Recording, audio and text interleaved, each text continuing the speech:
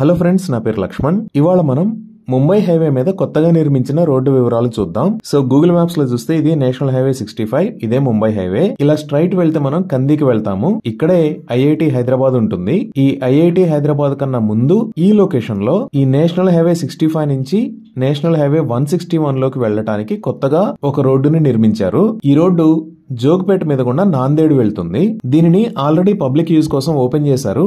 ఇది ఎలా ఉంది ఏంటి అనేది మనం ఇప్పుడు వీడియోలో చూద్దాం.